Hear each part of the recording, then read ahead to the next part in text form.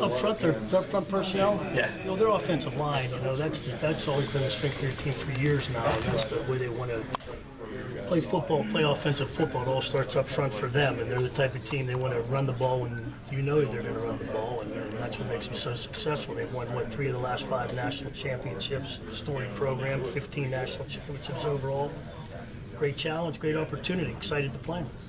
Speaking of that, there are times when teams will start out a season and you're playing the FCS opponent or somebody that, the caliber is not what it is in this one. Do you see maybe a different way that people are getting pumped up, ready for the game, knowing that it's going to be that tough of a task right off the bat? One of the things, when you play football, you get up for every game. You play hard for every game. It doesn't matter who your opponent is. You're excited to go out and play football. We're excited it's the opening game, no matter who we were playing.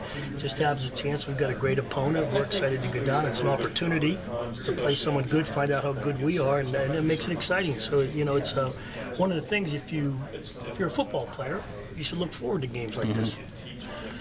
Coach,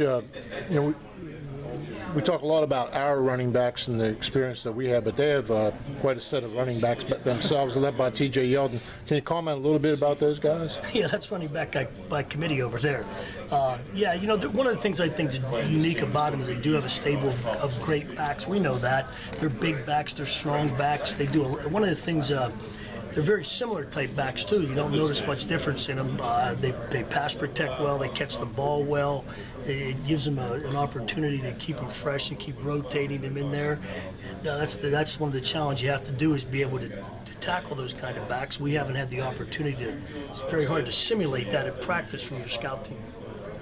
Do you expect much of a stylistic or schematic change from them, considering there is a new offensive coordinator there and it might try to be more balanced? I don't see that very much. I think Coach Saban has a philosophy how he wants to play offense. We expect him to play offense the way Alabama has played, since Coach Saban's been there. So will Coach Kiffin bring in his wrinkles? Absolutely. What they are, we don't know. It's an opening game, and it's hard to get a beat as a defensive coach. When you watch film a lot, because what do you really piece together?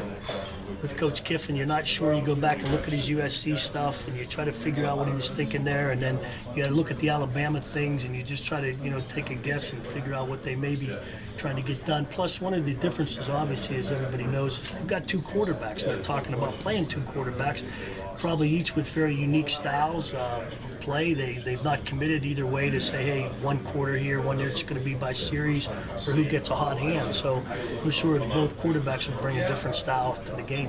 What are some of the differences in styles you're noticing just watching tape between the 2 quarterbacks? The little tape you have, actually. Yeah, we really just have a little tape on him. We've been able to watch Sims and mop up. He's gone into games. We've been able to watch him play a little bit.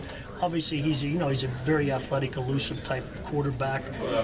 Someone who can get on the perimeter and cause some damage. They do run a little bit of different wildcat offense, some things like of that nature with him. It's different. Are you going to see the nakeds? Probably more so than with the other quarterback. So I'm sure they have a package set up for each guy, and they'll stick to their plan.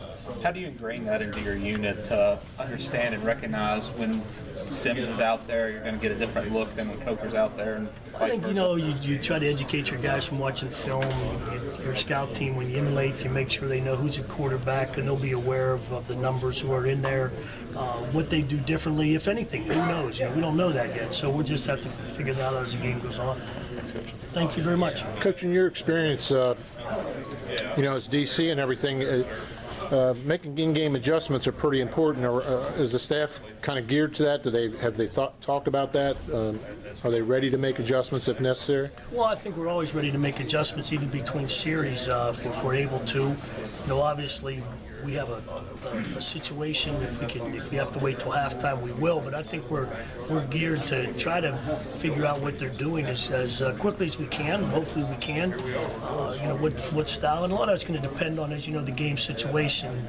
Where we are in the game. Okay, thanks, Coach. You're welcome. Dana